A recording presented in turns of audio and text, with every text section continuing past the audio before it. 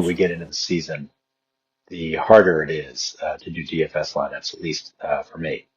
A lot of questionable tags, a lot of guys returning from injuries, some guys who their teams are out of the playoffs, and it's unclear how much run a rookie might get in place of a guy who's been on the team for a while. It's a crapshoot in some ways, and in some ways, hopefully it isn't. Otherwise, why do we do this?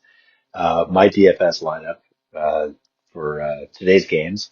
I'm recording this late Saturday night, and there's some questionable tags, and I just have the misfortune of not being able to seize on that opportunity. For example, Dalton Kincaid is questionable. I would have inserted a very cheap Dawson Knox into this lineup, but I don't know. If Kincaid plays, then it's a waste, more or less. If Kincaid sits, then Knox could be a great value, but this is how we do it. It's late Saturday night, and I got to use the lineup I've got. Unfortunately, there's enough combinations where we should be able to make it work. Feel free to adjust as you see fit, obviously. I actually have two lineups, and they cut across two different angles of the Bills-Bengals game, a game that might be one of the higher scoring games. We'll see. But I'm excited about all the potential for 30-plus point players, and that's why I want to seize on that. One of the lineups has Josh Allen at QB. He's the most expensive. It makes sense. The receivers that go with him are Khalil, Shakir in a rebound game. Shakir could go either way, but I like him in that combination. I thought about a much cheaper Keon Coleman, but the risk is too great for a 50-50. I think Shakir is a safer play, obviously, but also given his price, even though he's more expensive, about 50% more expensive, it still makes sense. Jamar Chase as another receiver, and Devaughn Vele, who broke through last week. I might be chasing points on this. This is another example. Chris Olave is questionable. He's probably going to play, but we'll see. And Vele will be the number 4 or number 3 option on offense, give or take. Maybe even the number 2 if Olave somehow sits.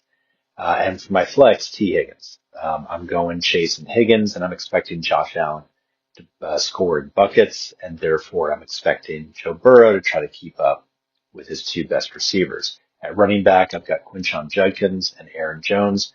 I can't tell you how many combinations of running backs I had in those slots. It's just, it's from Bijan Robinson to Derrick Henry to, Devon Achane, you name it. There's a lot of guys who could do great.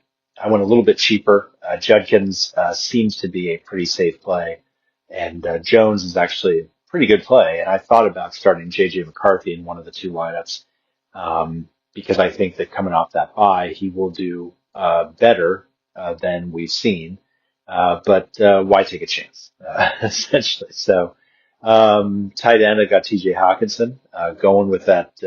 Finally Hawkinson last week getting a little bit of love.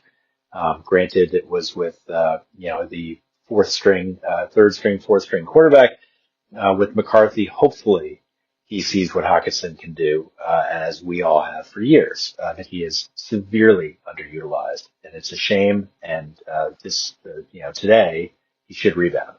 And finally, the Browns defense. I should clarify this is for the 1 p.m. Eastern Sunday slate, 8 games, on the table.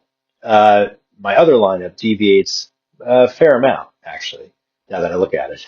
It's Trevor Lawrence at quarterback, and that's because James Cook and Quinshon Judkins are my running backs. So this assumes that the Bills still score a lot of points, but it's Cook who does most of the scoring, not Josh Allen.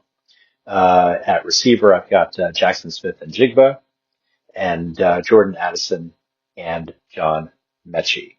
And Adonai Mitchell is my flex. So I'm basically hedging on 2 pretty cheap Jets wide receivers, hoping that they combine for 18-plus points. If they do, it's worth it. Harold Fannin is my tight end, and once again, the Browns defense. Notice that when I start Cook, it's the assumption that the Bills will move the ball and run the clock more effectively with a very active and productive Cook versus Josh Allen throwing it more, in which case it would give the Bengals perhaps an extra possession when it's all said and done in terms of the clock. But if the Bills are running the clock, doing 6-7 minute drives, I think it diminishes the chance of a breakout game for Jamar Chase that at least justifies paying whatever the $8,000 that would cost in DFS to get him.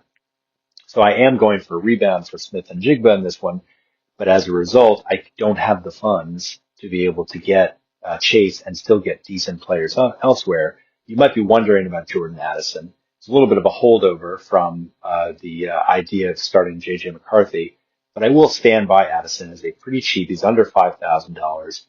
And the assumption here is that someone on the Vikings is going to have a decent game against the beleaguered Washington defense. And I've got Aaron Jones and TJ Hawkinson in the other lineup. In this one, I'm Jordan Addison. I'm BJ Riddell, Fantasy Football for Winners. Follow me on the blog, email me anytime. Good luck if you're in a regular fantasy league and you've got guys going today. Obviously, you probably do, unless you're somehow overloaded on Thursday and Monday players, which, might have worked out for you. And we'll see you tomorrow.